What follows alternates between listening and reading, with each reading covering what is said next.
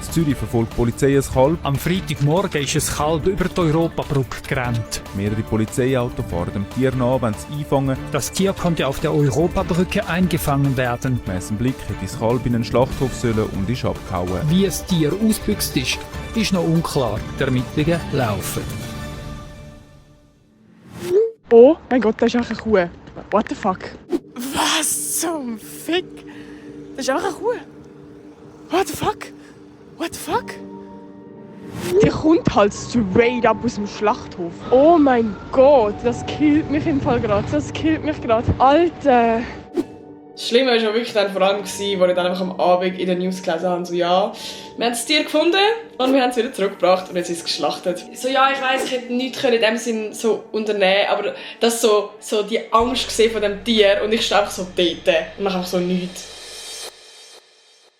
Es ist jetzt 1,5 Jahre her, dass das Kälbchen auf meinem Schulweg an mir vorbeigerannt ist und ich muss sagen, das Erlebnis hat mich schon easy geprägt. Ich meine, ich frage mich heute noch, wie schwer wäre es wirklich gewesen, so das Kälbchen zu retten und ist sowas überhaupt möglich? Und irgendwann ist aus dieser Frage eine Idee geworden. Ich möchte das Kälbchen retten. In der Schweiz werden im Jahr etwa 188.500 Kälbchen geschlachtet. Das sind etwa so viele Einwohner wie Neuenburg hat. Sprich, das sind etwa 500 Kälbchen am Tag und das bedeutet, dass alle 3 Minuten eins geschlachtet wird. Ja, und genau so ein Kälbchen, das eigentlich für den Schlachthof bestimmt wäre, möchte ich jetzt für euch kaufen und es auf einen sogenannten Lebenshof bringen. Das ist ein Ort, wo vor allem Nutztiere ein dauerhaftes Zuhause bekommen. Ich muss ehrlich sagen, ich habe noch nie ein Tier geredet und ich habe darum absolut keinen Plan gehabt, wo man da anfängt. Also habe ich dort angefangen, wo alles angefangen hat. Und zwar genau bei dem Schlachthof, wo das Kälbchen damals rausgerannt ist. Was mache ich jetzt? Leute ich dann jetzt einfach an und bin so, hey, kann ich ein Tier retten? Vor dem Schlachten? Okay, ich bin da. Grüezi, da ist Nathalie Sulzer. Ich würde gerne ein Tier vor der Schlachtung übernehmen. Ah, also wenn es lebendiges? Ja. Darum habe ich gedacht, ich frage mal über andere Ecken, ob ich da irgendwie einen Kontakt könnte bekommen. Ja, dass ich Sie richtig verstehe. Sie wollen ein lebendiges Tier, ist das richtig? Ja. Ist lebendig, ja. Ja. Okay. Ja, ich glaube, der Kollege war überfordert. Aber er hat mir einen Kontakt weitergeleitet von jemandem, der offenbar bessere Connections hat und wo mir allenfalls weiterhelfen könnte. Und dem habe ich natürlich auch angerufen. Ja, also ihr wollt eins kaufen, oder? Ja. Zum selber schlachten, oder? Nein, um es auf den Lebenshof zu bringen. Aha, dass ihr es nachher selber noch fertig mischt, oder wie? Nein, damit es quasi nicht geschlachtet wird. Aha. Ich bin dann auch sicher etwa 12 Mal weitergeleitet worden und ich bin immer noch mit nichts da gestanden. Es kann doch nicht so schwer sein, ein Tier zu retten, eine gute Tat machen im Leben. Wieso ist das so schwer? Und dann, finally, habe ich von einer Zuschauerin, die meinen Podcast hört, liebe Grüße gehen raus, habe ich einen Kontakt bekommen von einem Bauer, der selber einen Milchbetrieb hat und in dem Sinne auch selber Kälbchen mästet. Und ich habe dann ihm angerufen und habe direkt gefragt, wie das bei ihm so abläuft. Jetzt eben am 7. Mai geht jetzt ein Kalb, das für mich selber geschlachtet wird. Eine Woche später gehen wir erst mal zum Metzger. Ja. Dann werden wir nachmachen, was für Würste und so das gibt. Okay. Und an dem Moment war meine Mission eigentlich klar. Ich will versuchen, das Kälbchen zu retten, das am 7. Mai geschlachtet werden sollte. Ich habe dann den Markus, das ist der Bauer, nachgefragt, ob ich mal vorbeikommen und er hat mir direkt zugesagt. Wir haben sogar einen Termin abgemacht. Es gibt nur ein Problem. Er weiss noch nicht mal, dass ich ein Tier retten will. Ich weiss nicht, wie er auf das reagiert. Ich weiss nicht, wie teuer das ist oder ob das möglich ist. Aber eigentlich, ich will jetzt einfach in die Welt gehen. Ich will schauen, wie es im Alltag aussieht, wie das ist. Weil ich weiss eigentlich selber auch nicht. Ich bin noch nie so einen Hof direkt so anschauen und habe so Kälbchen kennengelernt, die nachher geschlachtet werden. Das wird sich auch irgendwie keiner emotional. Oh mein Gott, jetzt bin ich schon nervös. Hallo! Hoi, Ich bin Nati. Markus, freut mich. Ja, wärst du ready, mal mir deinen Hof zu zeigen? Mache ich gerne, ja. Also Ja. da ist der Stall, wo Kühe und Rinder und so drin sind. Ja, im Moment hat es auch noch gerade 2, 3 Geissli. Und Hühner gehören ja auch noch. Genau, Hühner hat es auch. Das ist dort in diesem Wagen drin. Ja, das heisst, du hast eigentlich auch Eier. Ja, das ist aber nur für Eigenbedarf. Und nur, okay. Ja, wir gehen gerade dort durch. Während mir der Markus seinen Hof gezeigt hat, ist mir schnell klar geworden, dass Milch und Kalbfleisch viel länger zusammenhängen, als man vielleicht auf den ersten Blick denkt. Weil Kühe geben nämlich nicht einfach so Milch. Damit eine Kuh überhaupt Milch produziert, muss sie nämlich zuerst ein Kalb bekommen. Und darum werden die Milchkühe regelmäßig künstlich vom Menschen besamt. Also wenn eine stierig ist und sollte besamt werden, also zugelassen werden, Ja. dass sie wieder ein Kälbchen bekommt oder so, Ja. dann können wir anrufen, dem Unternehmen, und dann schicken die jemanden vorbei, der dann die Kuh Ja. zulässt, also der den Samen in die Gebärmutter. Okay. Wie regelmäßig kommen Sie jetzt Kälbchen über so? Eben so ein Anhaltspunkt ist ein Kälbchen im Jahr Ja. schafft man aber meistens nicht ganz. Also würde es dann eigentlich wie einfach keine Milch mehr geben, oder? Irgendwann gibt es keine Milch mehr, ja. Ja. Wenn sie kein Kälbchen mehr bekommen, ja. Okay. Wenn der Samen angesetzt hat, sind sie etwa 9 Monate schwanger. Die Milch, die sie dann produzieren, wäre eigentlich fürs Kälbchen gedacht. Weil wir Menschen sie aber konsumieren wollen, wird das Kälbchen in der Regel wenige Stunden nach der Geburt von der Mutter getrennt. Aber ja, es ist ja ganz verschieden. Bei den einen hast du wirklich das Gefühl, es ist ihnen gleich, haben sie Sorgen nicht mehr um das Kälbchen zu schauen und fressen wieder weiter und Ja. kümmern sich gar nicht mehr darum. Andere, eben sie ist jetzt auch eher eine, die ja, sie hat nachher immer noch rumgeschaut, wenn sie auf die Weide gehen oder ist noch dort gelaufen, schauen, ob sie das Kälbchen noch findet wieder und Ja. oder auf der Weide noch mal ein bisschen rumgeschaut und stehen geblieben. Ja, man will es eigentlich schon nicht, aber irgendwie, das ist halt jetzt einfach so, ja. Irgendwie braucht es Milch. Genau. Als Milchkuh verbringen sie ihr Leben darum eigentlich in permanenter Schwangerschaft, bis sie ein gewisses Alter erreicht haben und kein Kälbchen mehr bekommen können. Und das ist ja manchmal dann halt auch ein Grund, dass man wieder eine muss geben muss. Ja. Ja. Wobei bei uns ist es immer noch verwertet wieder, es gibt auch Fleisch, also der McDonald's braucht auch wieder Fleisch für Hamburger und so. Also, Ja. es ist einfach so, ja. Das ist halt die Realität. Genau. Ja. Eine Kuh bringt in ihrem Leben etwa 5 bis 7 Kälbchen auf die Welt. Gewisse werden dann selber zu einer Milchkuh. Viele andere Kälbchen, sowohl männliche als auch weibliche, werden für die Fleischproduktion aufgezogen und gemästet. Und wo sind jetzt, also was passiert jetzt mit den Kälbchen? Wo sind jetzt die? Die Kälbchen sind hier hinten. Da hat es jetzt gerade noch 2. Yeah! Oh, Sind jetzt 2 Monate vielleicht. Oder so. Yeah! Yeah! Nein, das ist schon viel zu cute. Und das wird jetzt nachher auch eine Milchkuh? Oder was passiert mit denen? Weiss man das schon? Also das gibt eine Milchkuh und das ist halt eben ein Masttyp. Okay. Ja, Das heisst, das wird gibt, wahrscheinlich nachher geschlachtet. genau. Da außen hat es noch mehr. Ja? Yeah. Die sind jetzt ein bisschen älter, oder? Ja. Wie alt sind jetzt die? Ja, der ist vielleicht 3 Monate. Ah, krass. Und Und wie das alt ist jetzt eben der, der jetzt halt morgen dann geschlachtet wird. Ja. Ah, was? Okay. Also der ist jetzt 6 Monate etwa wahrscheinlich, oder? Nicht ganz. Er ist sicher ein bisschen älter als normal. Wenn man es jetzt voll so Gas gibt, dann werden sie auch nicht so alt. Bei mir werden sie halt eher ein bisschen älter. Was ist der Durchschnitt etwa? Ja, eben 4, 5. Auch schon manchmal werden es halt auch 6 Monate, wenn sie noch eine Ja. Jersey-Mutter haben oder so. Ja. Ja. Ja. Komm zu mir, komm. Ja, komm. Ja, und er hat eben irgendeinen Unfall gehabt als Kalb. Also wie ein Unfall? Darum steht er so ein bisschen komisch da. Wir haben nicht genau gewusst, was es ist. Er hat einfach auf einmal sehr gekonken oder, Ja. oder fast nicht mehr abgestanden. Ja. Und dann haben wir einen Tierarzt gehabt, und nicht können sagen, was es ist. Und dann haben wir noch einen anderen Tierarzt gehabt, der konnte röntgen auf dem Hof. Und dann haben wir noch geröntgt und ja, es ist eigentlich nichts. Man hat nichts Genaues herausgefunden. Aber eben, man könnte jetzt auch nicht viel anderes machen mit so einem. Ja. Ja. Ich habe gewusst, es wird jetzt nicht einfach sein, um den Milo zu retten, jetzt gerade mit seinen Beinproblemen, aber es ist nicht unmöglich. Für das hat es aber den einen wichtigen Step gebraucht, von dem ich den ganzen Tag schon Angst hatte, und zwar den Bauer fragen, ob ich den Milo freikaufen kann. Wie teuer wäre jetzt etwa ein Kalb bei dir? Ja, ein Ganzes oder so. Also ja, ich verkaufe es jetzt für 34 Kilo. 430? 34 Franken das Kilo Fleisch. Ah, 34 Kilo? Genau, das war jetzt 115 gewesen. Kilo? Ja, Also, also 80 Kilo Kalbfleisch dann noch, ja. ich will es jetzt mal genau rechnen, es sind jetzt sicher Also gut. 2737. Ja. Wenn jetzt jemand kommen würde und dir den gleichen Preis zahlen für das Kalb, aber würde es halt wie abkaufen, dass es nachher quasi nicht zu Fleisch wird, würdest du das machen oder nicht? Ja, wenn ich es nicht schon versprochen habe. Ja. Wieso nicht? Ja. Und jetzt das, wo morgen geschlachtet wird, das ist wie schon versprochen. Und Das jetzt sowieso, aber gut, das Ja. ist jetzt so wie das läuft, dann tut mir keinen Gefallen, wenn es noch irgendwie Meinst du? lang... Ja. Das würde ich jetzt niemandem geben. Das ist nicht schön. Auch für sie nicht, die dann nachher schauen müssen, oder? Und so. Ja.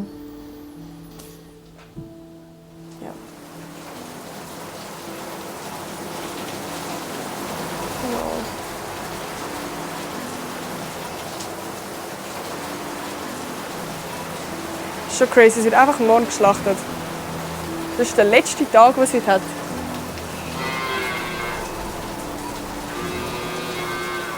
Und das weiss es nicht mal.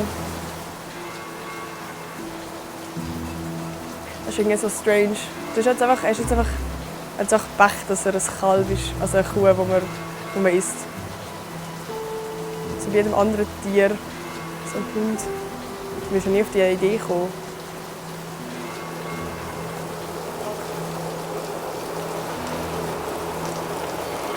Oh.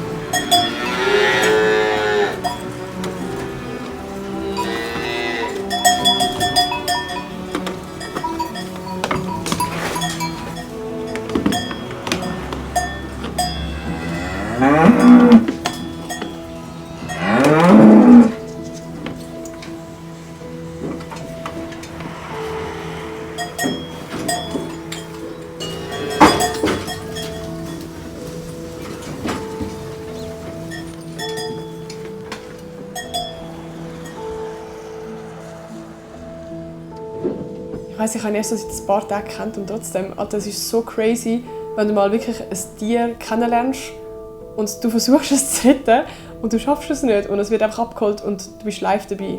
Ich bin auf den Hof gekommen, um ein Kälbchen zu retten und ich weiss, für den Milo hat es jetzt nicht gelangt, aber trotzdem, ich möchte eigentlich meine Hoffnung noch nicht aufgeben.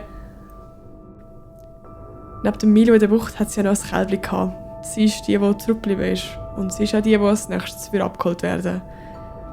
Darum ja, für mich war es eigentlich klar gewesen, wenn ich schon nicht rechtzeitig für den Milo gekommen bin, dann hoffentlich für sie. Wie nennen wir dich? Bovin. Das heisst Rind auf Französisch. Du bist ein kleiner Rind. Also bin ich zu Markus gegangen und habe ihn gefragt, ob es irgendwie für das anderes Kälbchen eine Chance gibt. Bro, was ist gerade passiert? Oh mein Gott, I did it, I did it, I did it. I did it. I did it, Alter! Ich habe jetzt ein Kalb. Wo ist mein Handy? Ich muss jetzt zum Can anrufen. Ich habe ein Kalb. Gratuliere, gratuliere, gratuliere. Es hat noch einen Monat zum Leben. Also, dann weißt du, was du zu tun hast. Oh Gott. Lebenshof finden. Es bleiben noch 4 Wochen, um einen Lebenshof zu finden, damit Bovin nicht auch abgeholt wird. Und das ist extra nicht mal so viel Zeit und darum habe ich wirklich alle Register gezogen, die ich ziehen kann. Ich habe etliche Lebenshöfe online rausgesucht. Ich habe meinem ganzen Umfeld Bescheid gegeben und ich habe auf allen meinen Social Media Kanälen gepostet. Ich habe jetzt vorher ein Video gepostet und es hat schon ein paar Kommentare. Die meisten sind schon so, eben so, dass sie ihn supporten und dass sie es mega cute finden. Bro, jemand kommentiert, bei mir auf dem Grill hat es sicher ein schönes Plätzchen. Ja, die einen Kommentare waren wirklich bolleros. Aber ey, wenigstens sind unter anderem wegen diesen Kommentaren die Videos komplett viral gegangen und ich habe wirklich fast 500.000 Menschen erreicht. Ich habe glaube noch nie so viele DMs an einem Tag bekommen. Lustigerweise haben mir vor allem Bauern geschrieben, das hat mich sehr überrascht. Und eigentlich auch mega cute, aber irgendwie ist es halt wie nicht das, was ich gesucht habe. Weil ja okay, sie werden vielleicht nachher geschlachtet, aber ich will ja eigentlich auch nicht, dass sie nachher eine Milchkuh wird. Ja, die meisten haben mir wirklich eigentlich Lebenshöfe vorgeschlagen. Andere haben mir sogar geschrieben, sie könnten es in ihrem Garten aufnehmen. Und sonst haben sie wirklich einfach noch so ein paar direkte Kontakte gegeben, was auch mega nice war.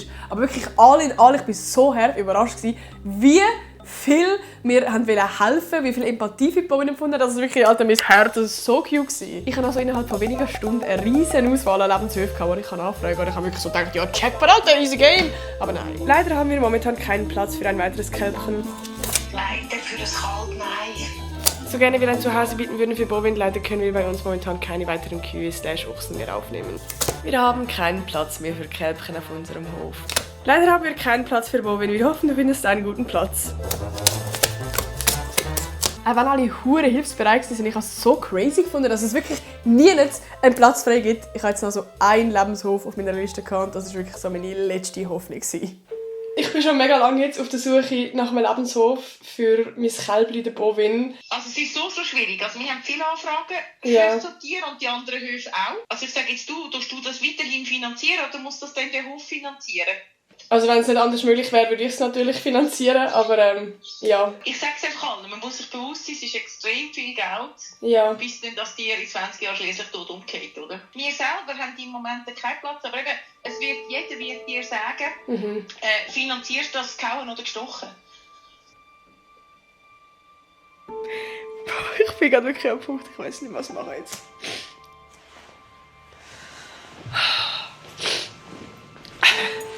Ich habe mir das irgendwie so viel einfacher vorgestellt. Vor allem, dass es auch so mit dem Zeitstress verbunden ist, das macht mich noch mehr fertig. Ich bin wirklich kurz davor, zum einfach aufzugeben, aber ich will nicht. Vor allem, ich verstehe die Lebenshöfe ja auch, die leben von Spenden.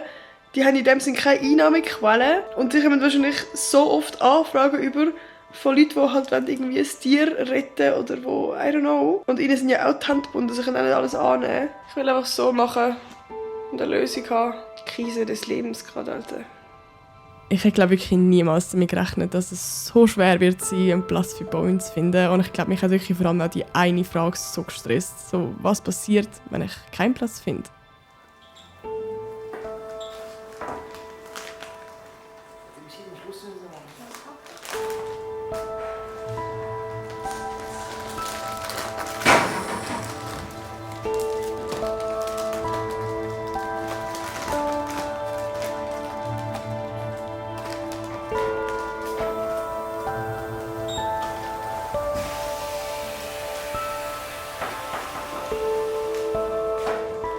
Den Milo kennenzulernen und jetzt zu sehen, was aus ihm geworden ist, das hat es hat sich komisch angefühlt, weil plötzlich ist es nicht mehr einfach nur Fleisch, das vor mir gelegen ist, sondern halt legit ein Kälbchen, das ich vor ein paar Tagen noch gestreichelt habe.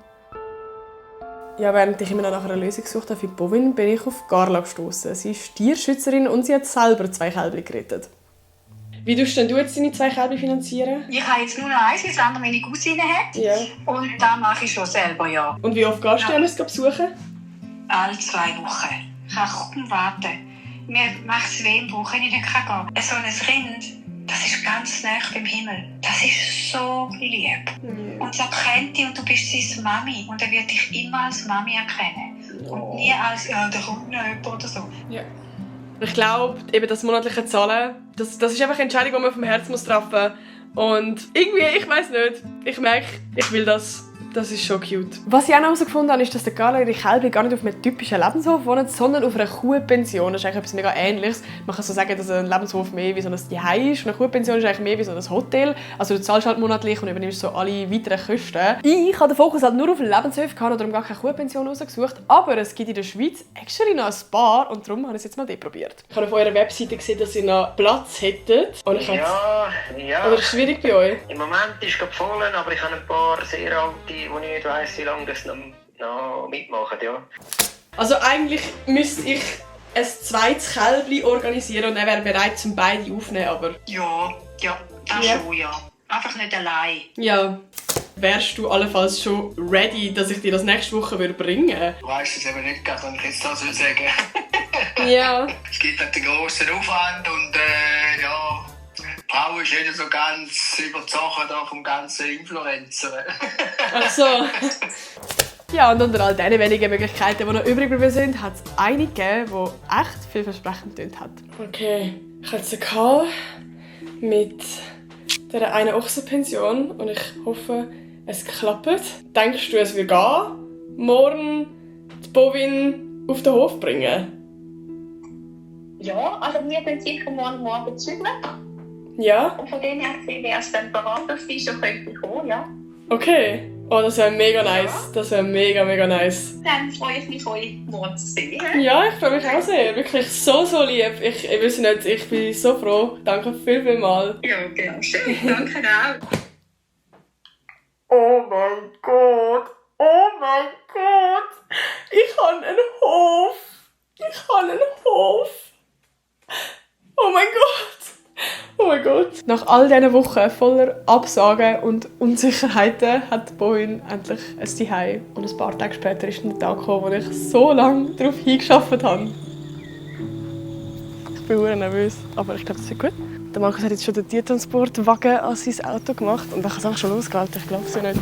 Aber es ist insane, dass es jetzt wirklich noch in den letzten Wochen funktioniert hat. Ist wirklich insane. So, das letzte Mal sie da besuchen. Oh mein Gott. Oh mein Gott. Hallo! Hui! Du musst jetzt die letzten Minuten hier geniessen. Der Markus hat vor allem noch eine Überraschung für mich. Ich hatte nämlich eine Woche vor Geburtstag und es ist genau an diesem Tag ein Kälbchen auf die Welt gekommen. Und er hat es einfach nach mir benannt. Oh mein Gott, ist sie auf die Welt gekommen und dann habe ich eben gesehen, dass Nati Style auch Geburtstag hat auf Instagram. Und danach habe ich gedacht, ja, mein Anfangsbuchstabe dieses Jahr ist ja auch ein N. Es würde doch jetzt einfach super passen und es sollte so ein Jersey Milchkuh geben. Yeah. Du hast sie einfach Nati genannt. Das ist so herzig. Ja. Ich glaube, sie mag dich auch. Sollen sie auch noch mitnehmen? Ja. Oh. Hä? Gehen wir auf Reisen? Hm?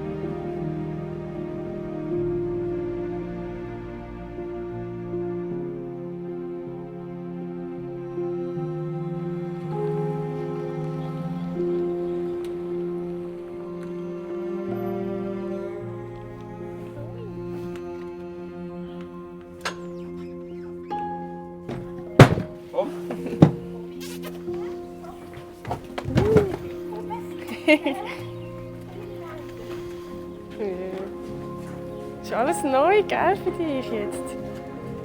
Ich bin nervös.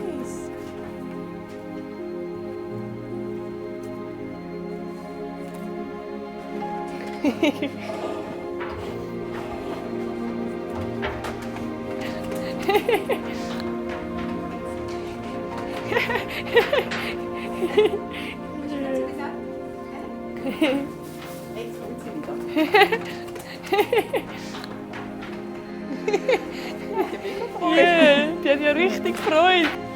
Voll am Rumhüpfen bist. Du hast es da gut, gell? Ja, du hast es da gut. Hä? Komm dann wieder mal schauen, wie es dir geht. Ja. Schon zutraulich. Gell, wirklich, schon? Ja, ist schon auch nicht ganz selbstverständlich. Ja. Ja. Eben jetzt ist Bovin da quasi in dem Eingangsbereich, wo sie jetzt da zu den anderen, zu den Herden selber noch Kontakt hat, hier über das Gitter aus. Dann können sie sich ein bisschen kennenlernen und dann in einer Woche, 2 wird man dann hoffentlich so weit sein, dass wir es dann nachher miteinander auf den Weide lassen. Ja. Und dann wohnt sie da mit der Stefanie zuerst mal zusammen da. Ja, mit dem Steffi. Juhui. Du bist die neue Mitbewohnerin jetzt von der Bovin. Ja, ist das süß. Jetzt können alle schauen. Ja. Das neues Kälbchen da. Yeah. Schnell ist mir klar geworden, dass es da nicht darum geht, was ein Tier leistet. Da leben Kühe, Ross, Schwein, Hund und Katz und alle dürfen einfach sein, ohne dass etwas von ihnen erwartet wird. Da wird die erste Weiz sein, was nachher Dort oben wird die erste Weiz von ihnen? Genau. Oh. Sie haben auf ihrem Hof sogar einen Wohnwagen für Besucher aufgestellt. Man kann dort Kaffee und Tee machen und wenn man will, kann man sogar ein paar Tage dort bleiben. Das Beste finde ich aber, dass ich Bovin ohne Voranmeldung einfach jederzeit besuchen kann.